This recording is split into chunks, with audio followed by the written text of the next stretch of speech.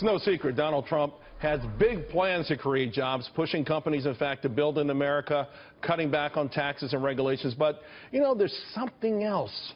Fox News Executive Vice President and Executive Editor John Moody writes in a FoxNews.com opinion piece titled Trump's Secret Sauce for Jobs: Enthusiasm. Moody writes about the enthusiastic employees he met at a Dunkin' Donuts and wonders, could enthusiasm of the kind I witnessed in a job that, let's face it, probably has limited upward mobility be a secret weapon?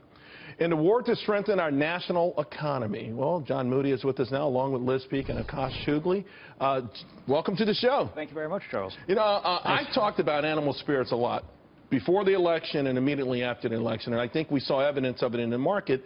But I'm also, to your point, seeing evidence of it on the street, just from the hot dog vendor to my brother-in-law in the scrap metal business. Yeah, something's bubbling up. There's a kind of enthusiasm. There's a kind of optimism.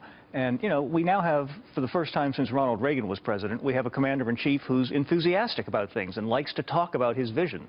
And I think that it can be a real factor in the reconstitution of a lot of jobs. So, John, walk us through this epiphany, the Dunkin' Donuts epiphany. Okay, what made you say, whoa?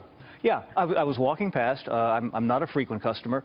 I listened to the noise that the employees were making, and it was the interaction with each customer, and it was a big throng of New Yorkers. And, you know, New Yorkers are not known for their patience, but each one of them had something personal to say to every customer, and they got every order right, and they were so enthusiastic while they were doing it.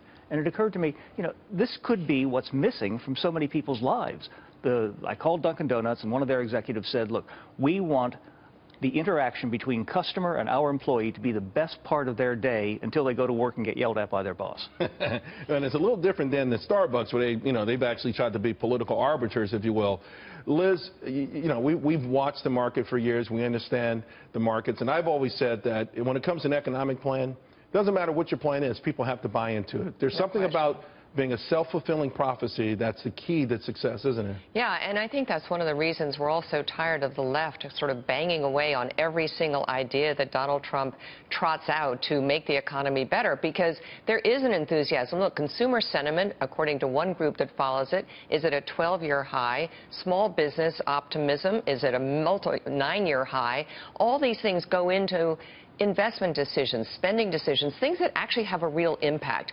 Donald Trump, by himself, is jawboning up this economy, and I think it is terrific, and it's a complete reversal for the early days of the Obama administration, where he took office and spent the first year really talking about how dire the situation was in order to excuse a lot of spending, which I understand, but it really had an impact on morale. Right. All those green shoots, they sort of died on the vine. Right. You know, and Akash, the interesting thing is that the home builders out there said that foot traffic, first time we saw expansion of foot traffic, I think since 2005 or something like that. So it is resonating on Main Street, and yet the media keeps pushing back on this. The notion that anyone would put America first seems abhorrent to them, and nevertheless, there is something bubbling up.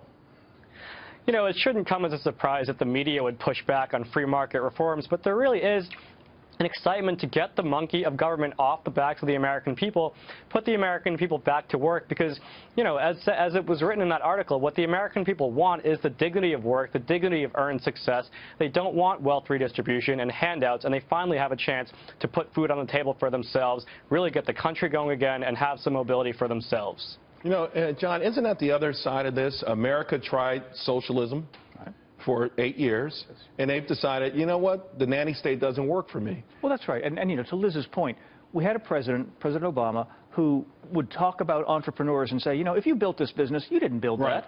Well, how much more pessimistic can you be about things? And now you've got, as she says, you know, a cheerleader for America. And I think it's going to make a significant difference just in the willingness of companies and entrepreneurs to take a chance, put it out there, and see how it goes. Liz, I'm going to go as far as saying we're going to see a reversal in household formation.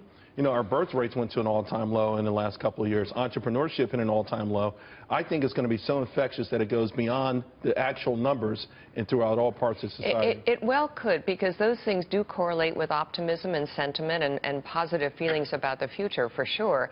I think it's worth remembering that Donald Trump has been in some tremendous scrapes financially in his business.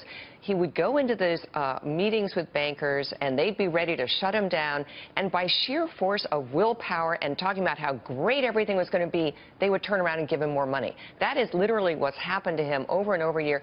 His personality is so bumptious and bigger than life, and everyone makes fun of that, but it's pretty powerful. And he's always been about the sky being the limit, and I think the American public are catching on. John, thanks a lot. Appreciate it. Pleasure.